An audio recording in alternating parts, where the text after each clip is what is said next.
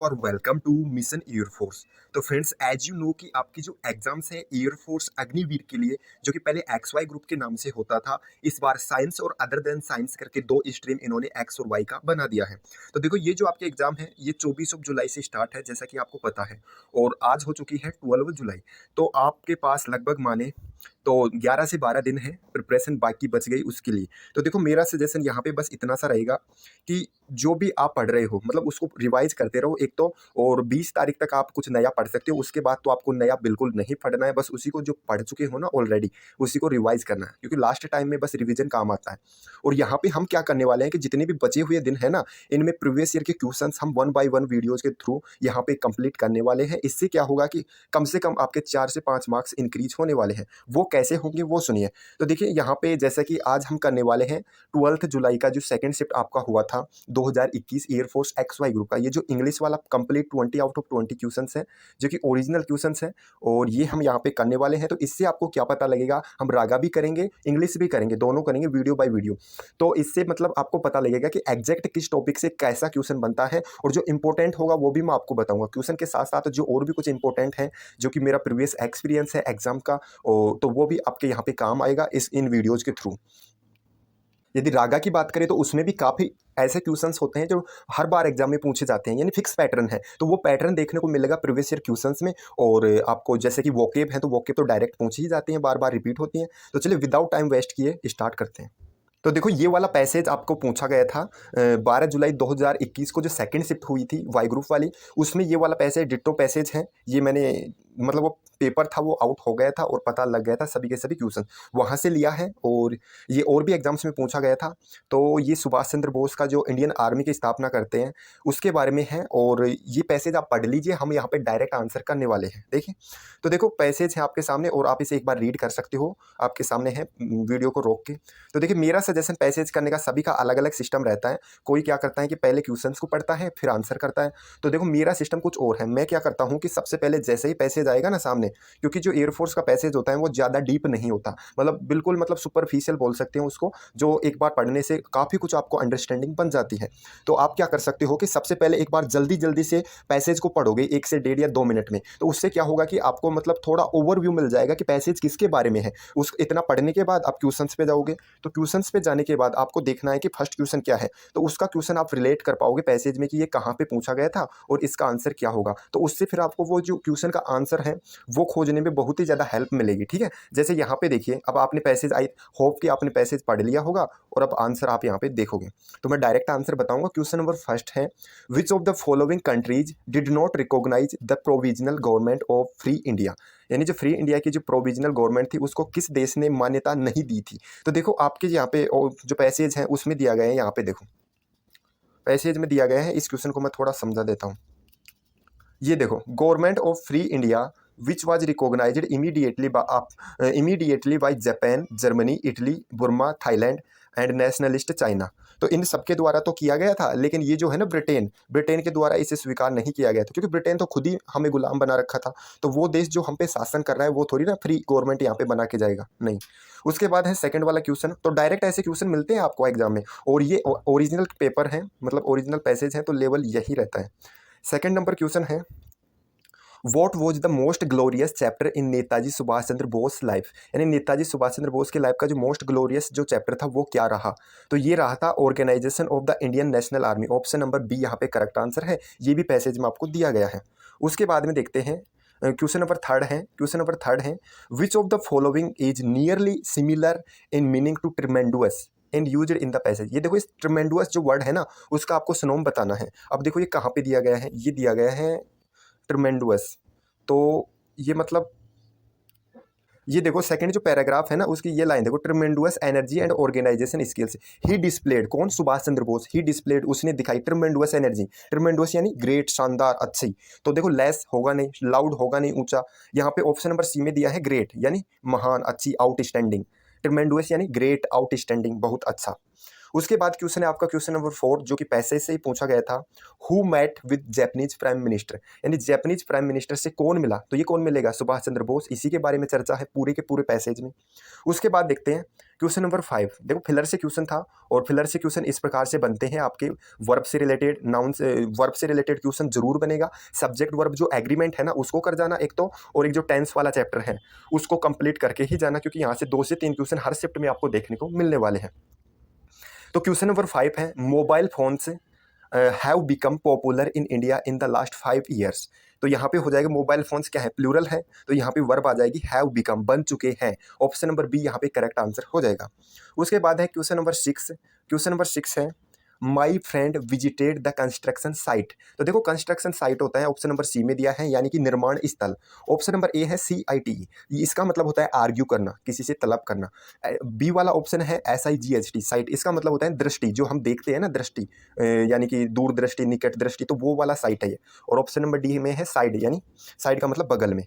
तो उसके बाद देखते हैं क्वेश्चन नंबर 7 था और यहाँ पे दिया गया था इनकरेक्टली स्पेल्ड वर्ड आपको बताना था, यानी गलत बताना था। तो देखिए सेमेट्री, CEMETERY, सेमेट्री यानी होता है कब्रिस्तान, ये आपको बिल्कुल सही दिया गया था। ऑप्शन नंबर बी में दिया गया था चैलेंज, ये भी सही था, CHALLENGE।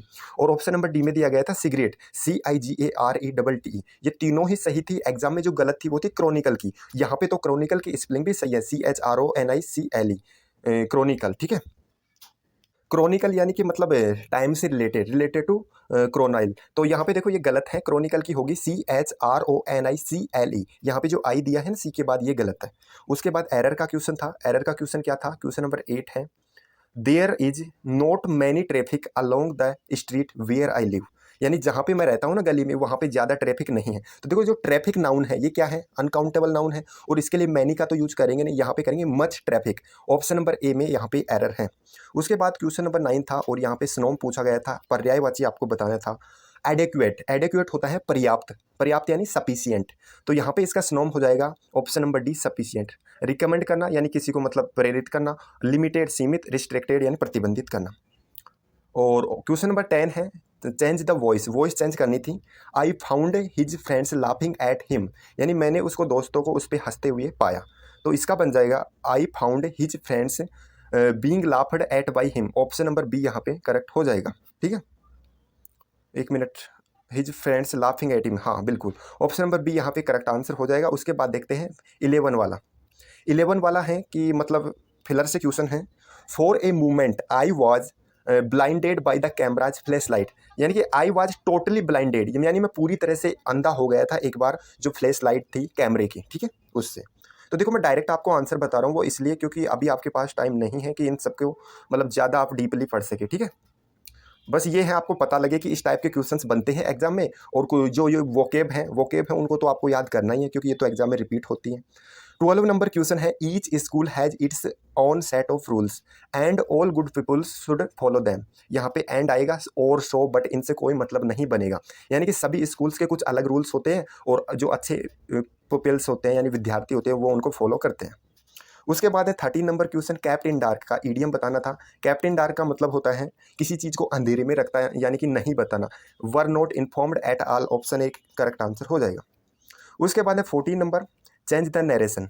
चेंज द नरेशन का होगा my father sad how will you reach your destination, तो इसका बन जाएगा सैड का क्वेश्चन मार्क है तो आस्क्ड में चेंज हो जाएगा। My father asked that, my father asked के साथ दैट तो आएगा नहीं, ठीक है। My father asked how he would reach his destination, the father asked how you will reach the destination. देखो ऑप्शन नंबर सी में दिया है द फादर आस्क्ड, यानी फादर ने पूछा how he would reach his destination, वह अपनी destination पे कैसे पहुंचेगा। विल का वुड में चेंज कर देंगे, ठीक है, और आस्क यहाँ पे हो जाएगा क्योंकि इंट्रोगेटिव सेंटेंस है। उसके बाद है 15 नंबर और ये फिक्स प्रीपोजिशन वाला क्वेश्चन था। He deals in leather goods, देखो किसी चीज में हम डील करते हैं ना, deal in something, deal with someone, किसी के साथ डील करते हैं तो विद आएगा, और किसी कंपनी में किसी चीज में किसी प्रोडक्ट में डील करते हैं तो इन आएगा, डील इन समथिंग। उसके बाद है सबसे इंपॉर्टेंट स्नोम एंटोम, जो कि लगातार 2 बार मेरे भी एग्जाम में पूछा जा चुका है एयरफोर्स XY में, मैंडेटरी, और अभी भी आ सकता है किसी ना किसी शिफ्ट में। मैंडेटरी होता है अनिवार्य, कंपल्सरी, और इसका एंटोम पूछा गया था और ऑप्शन भी चेंज नहीं थे, ऑप्शन भी सेम दिए थे। ऑप्शन नंबर डी में दिया है ऑप्शनल, ऑप्शनल होता है वैकल्पिक, तो एंटोम हो जाएगा, ठीक है। उसके बाद है क्वेश्चन नंबर 17, यहाँ पे आपको वर्ब फॉर्म बतानी थी। वर्ब फॉर्म बतानी है अडोरेबल। अडोरेबल का मतलब होता है जिसका मतलब है प्रशंसा योग्य, प्यार करने योग्य, अडोरेबल। उसका वर्ब फॉर्म हो जाएगी अडोर करना, ठीक है। Option number D is the correct answer. देखते हैं नेक्स्ट क्वेश्चन। क्वेश्चन नंबर 18 है the number of persons engaged was 60। देखिए जब भी द नंबर ऑफ दिया जाए ना तो उसके बाद में नाउन तो प्लूरल रहता है लेकिन वर्ब सिंगुलर रहती है, और वर्ब एक ही यहाँ पे ऐसी है जो सिंगुलर दी गई है, और ये एग्जाम का डिट्टो क्वेश्चन है, ऑप्शन भी चेंज नहीं है। यानी कि यदि आप ऑप्शन से भी जाओ तो भी इसको सही कर सकते थे कि 3 तो प्लूरल वर्ब है और एक सिंगुलर वर्ब है, तो सिंगुलर वर्ब यहाँ पे करेक्ट आंसर हो जाएगी। The number of person engaged was 60, option number D is the correct answer. और इसी से रिलेटेड एक और है a number of. A number of के बाद नाउन भी प्लूरल आता है और वर्ब भी प्लूरल आती है यहाँ पे, लेकिन द नंबर ऑफ के बाद नाउन प्लूरल लेकिन वर्ब सिंगुलर। 19 नंबर क्वेश्चन है my brother open goes to see English film. देखिए ओपन आ गए ना, ओपन ये प्रेजेंट इंडेफिनेट को दिखाता है, यानी कि वो हमेशा अक्सर कहाँ पे जाता है इंग्लिश फिल्म देखने। Goes to see English film, option number B will be the correct answer. और ये लास्ट वाला है PQRS, ये तो काफ़ी अच्छा पूछा गया था इस शिफ्ट में, और 19 सही थे बट ये वाला गलत चला गया था, तो कोई नहीं। 20 नंबर क्वेश्चन है और इसमें PQRS बताना है, तो यहाँ पे करेक्ट आंसर होगा ऑप्शन नंबर बी।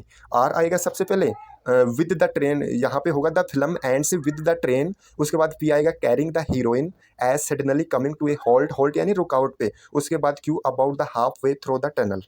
तो ये सभी के सभी 20 क्वेश्चंस हमारे इंग्लिश के कंप्लीट होते हैं। इसके बाद हम रागा सेक्शन भी करेंगे, और भी काफ़ी देखो ये शिफ्ट के क्वेश्चंस हैं, ओरिजिनल क्वेश्चंस हैं, तो ये सभी करेंगे। वैसे तो ये PDF मैंने सेल की थी बट अब कोई ज़रूरत नहीं है, यहाँ पे मैं सोल्व करवा दूंगा एग्जाम से पहले। और यदि फिर भी आपको लगता है लेना है तो आपको जो डिस्क्रिप्शन है उसमें आपको नंबर, व्हाट्सएप नंबर मिल जाएंगे। तो चलिए फ्रेंड्स, बस एक रिक्वेस्ट ये है कि आप वीडियो को शेयर कीजिए थोड़ा सा, ताकि जो स्टूडेंट है एयरफोर्स वाले वो हमसे जुड़ सके। इसलिए कि मतलब काफ़ी हेल्प मिल सके। देखिए 4 से 5 नंबर बढ़ने वाले हैं यदि आप फॉलो करोगे, मतलब ये जो एग्जाम में पूछा गया पैटर्न है ना उसको फॉलो करोगे, क्योंकि एयरफोर्स में जो पैटर्न है ना वो रिपीट होता है बार बार, और इस बार भी होगा। तो आई होप कि आप समझ पाए होगे, और भी कुछ स्पेशल बन पाएगा तो मैं करूँगा कोशिश। हालांकि इतना टाइम नहीं मिल पाता है बट फिर भी मैं कोशिश कर रहा हूँ कि प्रीवियस ईयर एटलीस्ट जो प्रीवियस क्वेश्चन पूछे गए हैं सभी के सभी, वो तो कम से कम हम एग्जाम से पहले कवर कर ले।